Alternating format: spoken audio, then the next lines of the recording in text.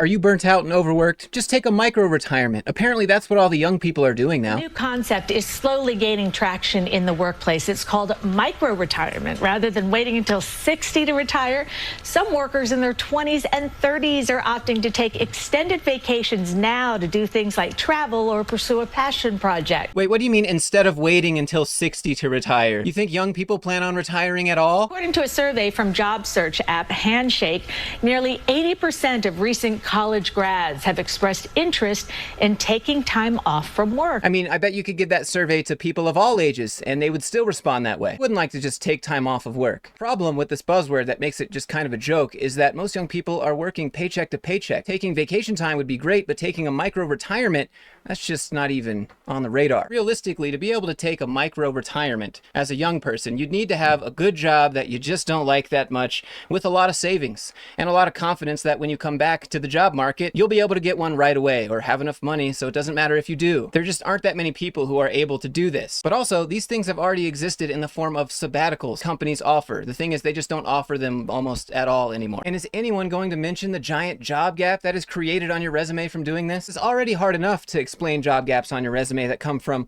more valid reasons, like your whole department being laid off or budget cuts or whatever it is. Explaining a 6 to 9 month micro retirement just for fun is going to be difficult. But luckily, today's sponsor, InVideo AI, is here to make life a little easier. Now, if you've never heard of InVideo before, they're basically the Swiss Army knife of video creation tools. And with their new latest version, InVideo AI 3.0, all you do is type in a prompt and it gives you a full-length video using generative AI. Jones faces a tall barbed wire fence. Indy crouches, cutting through the fence. Inside a large dark hangar, colorful neon lights and faint music glow from behind strange alien tech. They have all different sorts of looks you can choose from. Almost anything you can imagine. Just type in your idea and watch it come to life. Oh, and after you've made the video, in addition to changing the intro, visuals, or language, you can even clone your own voice. It's the perfect creative partner that will do all the heavy lifting and put you in the director's seat irrespective of your skill level. Just go to the link in my description and try InVideo AI for free. This will save you hundreds of dollars that you'd otherwise spend on editing, animating, and other production costs. So check it out with the link below. Thanks again to InVideo for sponsoring today's video. Executive coach Liz Bentley. Good morning. Good morning, Cindy. Thanks for having me. Yeah, I have so much to learn about this. I'm like, what?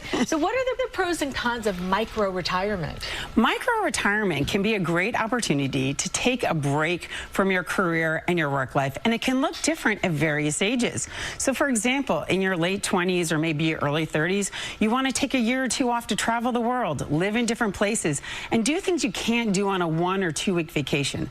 Maybe in your 30s or 40s, you want to take a break from work and all the pressures from work to raise your kids. I actually did this for 6 years and did a micro retirement. Don't people normally just call that taking time to start a family? You really got to be an executive coach to call it a micro retirement. But now she gives us some advice for what to do in your 40s and 50s if you want to take a micro retirement. I think by that age, you're probably just counting down the days until you can actually retire. Probably be a slippery slope to take 9 months off. Or maybe in your 50s, after a 25-year career, you're feeling burned out and you're tired and you just want a break to pursue those passion projects.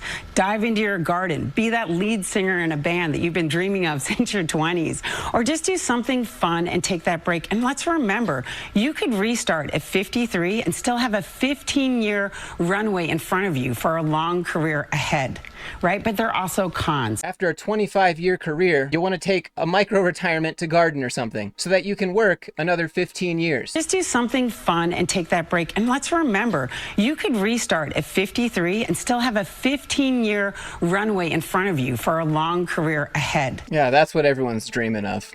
Now that I'm 50, I guess I'll just jump into my garden for a minute and then I'll jump back into my passion, which was my work for the last 20 years. Just what everyone's thinking. Cons, right? And the cons are that you're climbing the corporate ladder and suddenly you're getting off. So you're missing out on promotions, salary increases, experiences, managerial opportunities. And also you have to remember that re-entering the workplace can be hard. I mean, it's already hard for people that aren't getting back into the job market. They're already there. They've been there. No mention of creating a job gap on your resume. With the idea of extended time, it sounds great. Are there some financial risks associated with it? Well, first of all, you have to be able to afford it to begin with. So let's realize that is the first barrier. Second, you're draining an account instead of adding to it. So you have to be prepared, and you don't know how long you might be out. You're also now not putting any money into your retirement account, which compounds over the years. And another thing to think about. Again, which young people are they talking to here? Because that's what the title is. And that brings me back to my original thought of a lot of young people are just living paycheck to paycheck. They're not thinking about, well, I'm missing out on promotions and my 401k. Like, a lot of people can't even afford a house. All right, so micro-retirement, I mean, in some ways it seems like a sabbatical. So this What's can the be difference? right. So this can be really confusing, and it's a great question. So sabbatical is when you take a break from the company you're in and you come back to the same job in the same company. Okay. So 10% of the companies in America right now offer paid sabbaticals.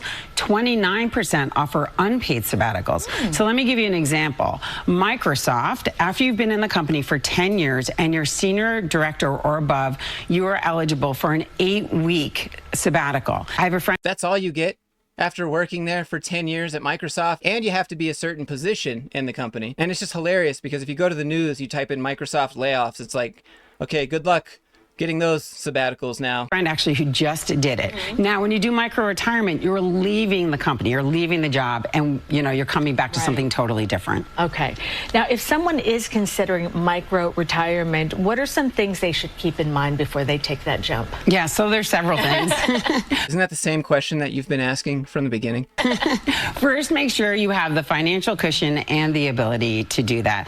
Second, you should be aware that the re-entry could be difficult and be thinking about what that's going to be. You're also going to lose skill sets during that time because, look, we know the world is changing so fast with technology and everything around you. You also have to consider healthcare. What's your healthcare options and how are you going to make sure you're taking care of yourself, and really just review all of the opportunity costs. I feel like it would have been so much better to start the video off that way, because then again, you'd instantly realize you'd have to be pretty affluent to be able to take advantage of this, honestly. It's not usually wise to quit a job without having another job lined up in the first place. I mean, at this rate, why not just call unemployment a micro-retirement? And then we'll just call that fun employment instead. Let's just make up our own buzzwords now. Don't get me wrong here. I absolutely understand why you would take advantage of this if you could, because absolutely there's no guarantees of even making it to retirement, especially for young people. So it's a bit of a mixed bag here. But what do you think? Let me know down in the comments below. And if you have anything you'd like me to showcase on the channel, you can email me, Instagram, Discord, however you want to do it. The links for that are all down in the description. Having said all that, I hope everyone's doing really well, and I'll see you in the next one.